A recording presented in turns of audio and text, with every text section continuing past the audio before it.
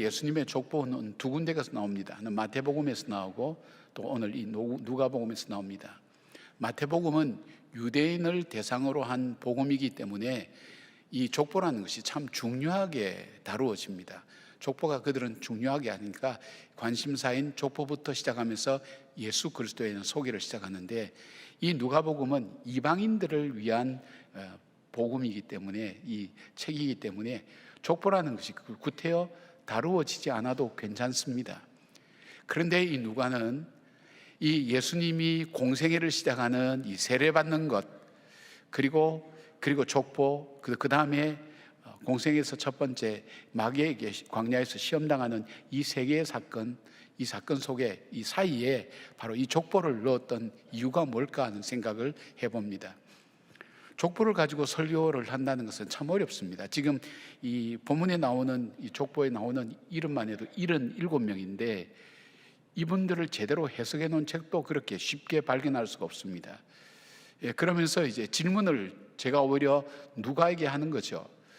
누가요, 당신은 왜 이 복음을 전할 때, 예수를 소개할 때 이 족보를 바로 여기에서 이렇게 많은 족보를 왜 그렇게 기록하였는지 묻습니다. 그러면서 누가의 의도가 무엇인지를 찾으면서 누가가 왜 이 족보를 여기에 넣었는가 하는 것을 찾아보려고 합니다. 무엇을 말하려고 할까? 누가가 무엇을 말하려고 할까 할 때에 누가의 핵심을 찾아볼 수가 있었습니다. 그것은 뭐냐면 데오빌로 각하에게 쓴 글이었지만 사실은 오늘 이 복음서를 읽는 오늘 우리에게 자신이 예수 그리스도를 이렇게 소개하고 있는데 당신에게 있어서 예수님은 도대체 누구냐, 예수님을 누구라고 믿고 있느냐 하는 그 질문을 던지고 싶은 것을 발견할 수가 있었습니다. 그렇다면 이 누가는 이 복음 대신 예수님을 어떻게 소개를 하고 있는지 우리가 살펴보시면서 오늘 나에게 있어서 예수님은 누군가 하는 것을 우리가 한번 돌아볼 수 있는 시간이 되었으면 좋겠습니다. 첫 번째, 예수님은 하나님의 아들이라는 것을 증거하고 있습니다. 누가복음에서 예수님이 하나님의 아들이라는 말이 8번 정도 나옵니다. 비록 아브라함과 다윗의 혈통을 통해서 이 땅에 났지만은 예수는 성령으로 잉태되어 태어나신 하나님의 아들이라는 것을 강조하고 있습니다. 23절 보니까 예수께서 가르치심을 시작하실 때에 30세쯤 되시니라. 사람들이 아는 대로는 요셉의 아들이니 요셉의 위는 헬라요라는 말씀에서 사람들이 아는 대로는, 이것을 뜻하는 단어는 에노미제토라는 이 단어입니다. 근데 기본형이 생각하다, 여기다라는 뜻이 있는 노미조라는 단어인데, 이 노미조라는 단어는 누가가 잘 쓰는 단어입니다. 누가복음과 사도행전에서 15번 정도 쓰여졌는데 이 단어의 뜻은 이렇습니다. 그렇게 일반적으로 알고 있지만은 사실은, 진실은 그것이 아니다라고 그렇게 표현할 때 이 단어를 사용합니다. 다시 풀어서 설명해 보면, 우리가 아는 대로 예수는 요셉의 아들이라고 생각하고 있지만 사실은 하나님의 아들이라는 그런 뜻입니다. 그리고 족보가 이어지죠. 마태복음의 족보처럼 부모나 조상으로부터 시작해서 아브라함과 다윗의 자손 예수 그리스도의 세계라 그래서 부모나 조상으로부터 시작되어서 이렇게 내려오는 족보를 내림계보라고 얘기합니다. 내림계보의 특징은 족보의 맨 마지막에 나오는 사람을 강조하기 위한 겁니다. 그런데 오늘 누가의 복음에 나오는 이 계보는 자식이나 자손으로부터 부모 조상으로 거슬러 올라가는 올림계보입니다. 올림계보는 마지막에 언급되는 조상을 부각하는데 누가복음 계보의 마지막은 38절 하나님에게까지 이어지고 있는 것으로 보아서 누가가 강조하고 싶은 것은 바로 예수님은 하나님의 아들이라는 것을 증거하는 족보를 쓰는 기술이었던 것입니다. 누가는 예수님께서 하나님의 아들이라는 것을 강조하기 위해서 여러 곳에서 증거를 제시하고 있습니다. 천사가 마리아에게 나타나서 수태고지를 할 때 1장 35절에 천사가 대답하여 이르되 성령이 내게 임하시고 지극히 높으신 이의 능력이 너를 덮으시리니 이름으로 나실 바 거룩한 이는 하나님의 아들이라 일컬어지리라. 3장 21절부터 22절에 예수께서 요한의 세례를 받으시고 기도하실 때에 하늘이 열리고 성령이 비둘기 같은 형체로 그의 위에 강림하시고 하늘로부터 소리가 나기를 너는 내 사랑하는 아들이라 내가 너를 기뻐하노라 하시니라 라고 말씀합니다. 하나님께서 직접 말씀하셨습니다. 간접적으로 하신 말씀이 아닙니다. 바로 말라기 선지자 이후에 400년 동안 침묵하셨던 하나님께서 이 말씀을 하신 것입니다. 예수님께서 광야에서 시험 받으실 때 4장 3절 보니까 마귀가 이르되 내가 만일 하나님의 아들이여든 이 돌들을 명하여 떡이 되게 하라고 마귀도 예수님께서 하나님의 아들인 것을 증거하고 있습니다. 누가복음 9장 35절에 보니까 변화산에서 예수님의 모습이 변화되었을 때 구름 속에서 소리가 나서 이르되 이는 나의 아들 곧 택함을 받은 자니 너희는 그의 말을 들으라 하고 하나님께서 직접 예수님을 나의 아들이라고 증거해 주셨습니다. 예수님께서는 하나님의 아들이심을 누가복음 전체를 통해서 계속 누가는 강조하고 있습니다. 요한복음 20장 31절에 이렇게 말씀합니다. 오직 이것을 기록함은 너희로 예수께서 하나님의 아들 그리스도이심을 믿게 하려 함이요 또 너희로 믿고 그 이름을 힘입어 생명을 얻게 하려 함이니라 기록합니다. 이 사실을 알지 못하고는, 예수님이 하나님의 아들이라는 사실을 믿지 아니하고는 생명을 우리에게 얻을 수가 없다고 그렇게 말씀하고 있는 것입니다. 여러분, 그렇다면 우리가 믿는 하나님은 어떤 하나님입니까? 창조주 하나님입니다. 역사를 주관하신 하나님입니다. 내 인생의 생사와 복을 주장하시는 하나님입니다. 그 하나님은 바로 죄인된 우리를 구속하시기 위해서 자기의 독생자 아들 예수 그리스도를 이 땅에 보내주셔서 십자가에 못 박아 죽게 하시고 그 피로 말미암아 우리의 죄와 허물을 씻어주시고 우리를 죄의 저주에서 구속해 주신 사랑과 공의의 하나님이라는 사실입니다.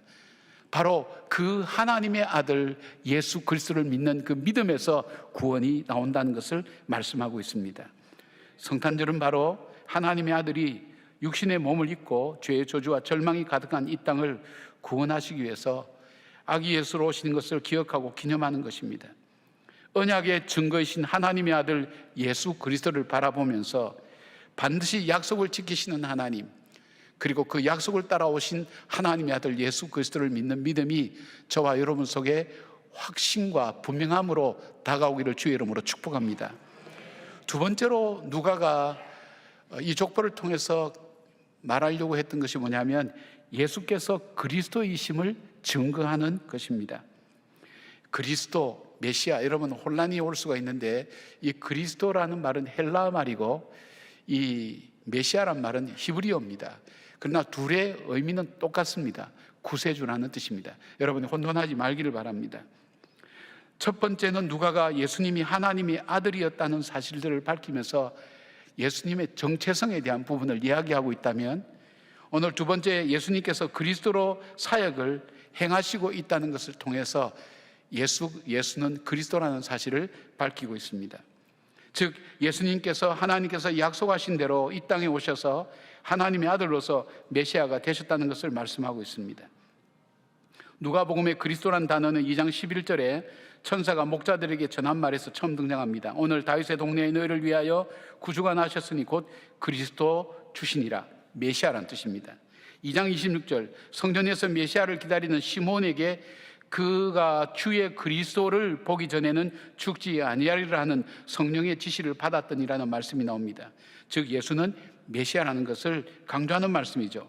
2장 38절에 보면 예루살렘의 속량을 바라는 사람들에게도 성전에서 메시아를 기다리던 안나가 그리스도에 대해서 사람들에게 전합니다.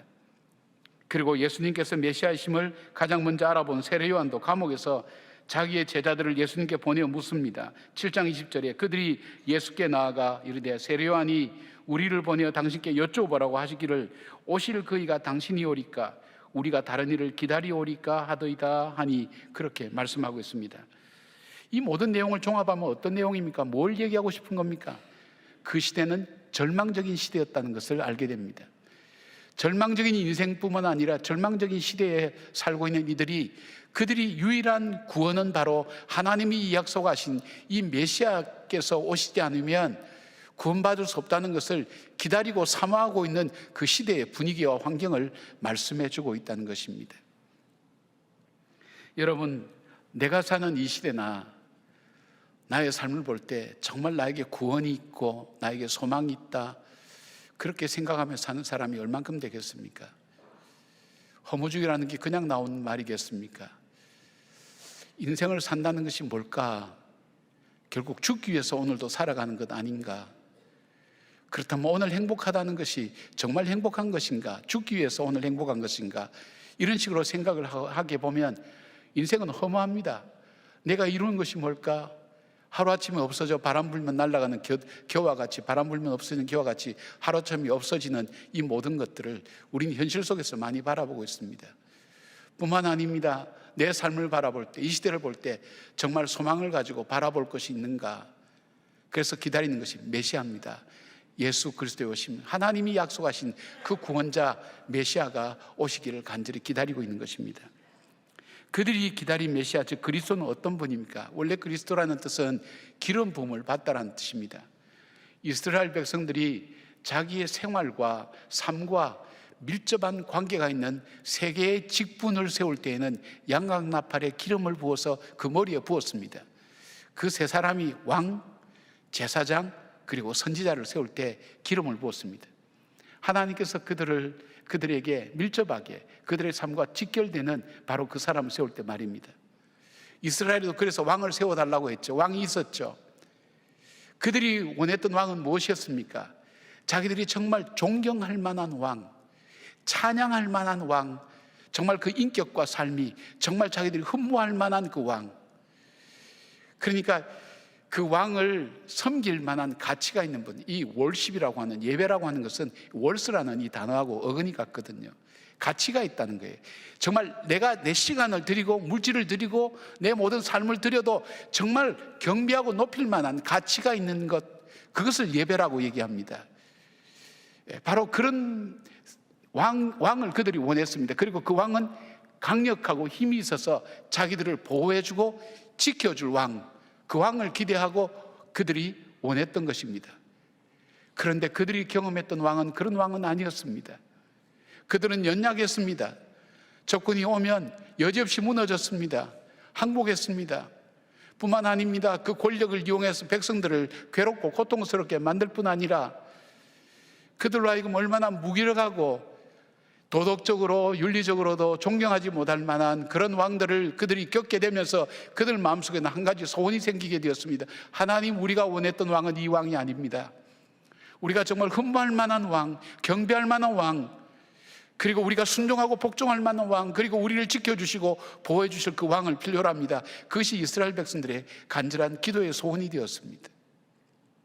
뿐만 아닙니다. 그들에게 있어서 인생을 살다 보면 우리가 인생에 짐을 지지 않습니까? 이 짐 중에 가장 무거운 짐이 죄책감이란 짐이라고 그렇게 얘기합니다. 죄의 짐을 질 수밖에 없습니다. 죄의 짐을 해결을 낼 수가 없습니다. 그런데 이 짐을 어떻게 합니까? 이 제사장에게 제물을 갖고 가면 그 제물에게 죄를, 자기 허물을 다 전가시키고 제사장은 제물을 잡아서 하나님께 올려드리면서 하나님으로부터는 용서함과 그리고 허물과 죄를 씻어주심에 대한 그 소식을 전해주는 중보자가 제사장입니다.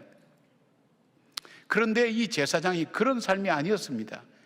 이 제사장은 자기 육신을 채우기 위해서 정결하고 거룩한 제물을 갖고 오라고 하고 갖고 오는 것을 전부 다 부정하다고 하면서 자기가 기르는, 자기가 관할하는 성전에서 산 제물이야말로 거룩한 것이라고 그렇게 하면서 백성들의 이 있는 재산이나 또 연약한 부분을 더 많이 무겁게 만들고 힘들게 만들고 그리고 어렵게 만드는 그런 제사장들이었습니다. 진정 중보자의 입장에 서서, 하나님과 자기 사이에 중보자의 입장에 서서 이 사람들의 심정과 안타까움을 대신해서 들어줄 수 있는 그런 제사장이 아니었습니다. 소용이 없었습니다. 어디 가서 호소할 데가 없었습니다. 그래서 백성들이 기도합니다. 하나님, 정말 진정한 제사장을 하나님 보내주십시오. 그것이 이스라엘의 기도가 되었습니다. 그리고 그들에게는 선지자가 있었습니다. 이 선지자를 예언자라고도 부릅니다. 예언자, 예 속에는 미리 예자도 있지만 맡을 예자도 있습니다. 하나님 말씀을 맡은 사람입니다. 정말 하나님 역사의 주관자시기 때문에, 우리 생사복을 주관하신 분이기 때문에 하나님 뜻대로 살 때 우리가 살아날 수 있는 겁니다. 그래서 이스라엘 백성들이 원하는 것은 우리에게 바른 하나님의 뜻을 전해줄 수 있는 사람, 하나님 말씀을 맡아서 그 말씀을 우리에게 바로 전해줄 수 있는 그 선지자를 원했습니다. 그러나 그 선지자들은 그런 사람들이 아니었습니다. 자기의 지식으로 전합니다. 자기의 상식으로 전합니다. 자기의 유익을 따라 전하면서 하나님 뜻과는 상관없이 전하면서 그들을 정말 소경을 인도하는 것처럼 엉뚱한 길로 인도하면서 파멸로 빠뜨리는 그런 일들이 있었습니다. 사랑하는 여러분, 내가 만든 하나님, 우리가 그 하나님을 섬기는 거 아니지 않습니까? 성경에 말씀하신 그 하나님, 성경에 말씀하신 그 예수님을 내가 믿고 그 말씀대로 따라가는 것, 어떤 고백일까요? 주님께서 그리스도시라는 것, 예수께서 그리스도라는 것, 그 고백이 있기 때문에 우리가 함께 드리는 것 아니겠습니까? 사랑하는 여러분, 오늘도 예배드리는 여러분 속에 이 고백의 마음으로 하나님 앞에 예배드리는 그 충만한 예배가 있기를 바랍니다. 예수 그리스도께서 우리의 메시아라고, 이 누가의 질문이 그겁니다. 정말 너는 예수 그리스도를 메시아로 믿느냐? 그 질문을 우리에게 하고 싶은 겁니다. 세 번째, 예수님께서 이 족보를 통해서 이 누가가 우리에게 전하고 싶은 것은, 자, 그 예수님께서 나의 구세주와 주님 되신 것을 믿느냐는 그 질문입니다. 누가는 이 족보를 통해서 예수님은 하나님의 아들이며 또한 우리가 기다리는 메시아, 즉 그리스도이심을 증거하고 있습니다. 그러면서 그렇다면 너는 예수를 진정 그리스도, 즉 당신의 구세주로 믿느냐는 질문을 우리에게 하고 있는 겁니다. 누가복음은 크게 네 부분으로 나눕니다. 1장 1절부터 4장 13절까지 예수의 탄생과 사역 준비, 4장 1절부터 9장 50절은 갈릴리에서의 사역, 9장 51절부터 19장 33절은 예루살렘까지 가는 여정에 관한 이야기, 19장 45절부터 24장 53절까지는 예루살렘에서의 사역, 그리고 예수님의 죽음과 부활을 포함하는 그 사역을 얘기합니다. 그런데 가장 정중앙인 9장 20절에 예수님께서 이 제자들에게 질문합니다. 그 질문과 베드로의 고백이 나옵니다. 예수께서 이르시되, 9장 20절, 너희는 나를 누구라 하느냐? 베드로가 대답하여 이르되 하나님의 그리스도이시니라 하니, 십자가의 부활과 죽음을 앞둔 바로 그 예루살렘 사역에서 이 고백을 예수님께서 왜 이 제자들에게 물어보셨을까요? 이 고백을 갖고 있지 않으면 이 세상 속에서 승리하며 살아갈 수가 없습니다. 하나님의 자녀답게 살아갈 수가 없습니다. 예수님이 묻습니다. 더 정확한 대답은, 베드로의 정확한 대답은 마태복음 16장 16절에 나옵니다. 주는 그리스도시요 살아계신 하나님의 아들이라고. 주는 그리스도시요. 이 주라고 하는 것은 헬라어의 퀴리오스라고 하는 주인이라는 그런 단어가 아닙니다. 수라고 하는 인칭 대명사입니다. 쉽게 말하면 당신은, 내 앞에 있는 당신은, 예수 당신은 우리가 기다려왔던 그 메시아, 하나님 보내주신다는 그 메시아, 참 왕이요 참 선지자요, 참 선지자인 그 메시아 바로 당신입니다. 그 고백입니다. 이 고백이 쉬울까요, 여러분? 여기는 삶의 문제가 달려있기 때문입니다. 여러분, 지금 이스라엘이 지금 하마스와 전쟁을 벌이고 있는데 뭐 그냥 전쟁이 일어나고 있구나 하는 것을 신문 보도를 통해서 그냥 볼 겁니다. 그런데 만약에 그 이스라엘에 여러분의 자녀가 살고 있다면 그냥 볼 수 있을까요? 심각할 겁니다. 아마 거기에 성지순례 갔던 분들 중에 여러분의 친척이나 친구가 있었다면 아마 그 사건 진지하게 봤을 거예요. 왜요? 나와 관련이 있거든요. 내가 예수를 나의 정말 그리스도다 그렇게 믿을 때에 내 삶에서 이것이 나타나야 되거든요.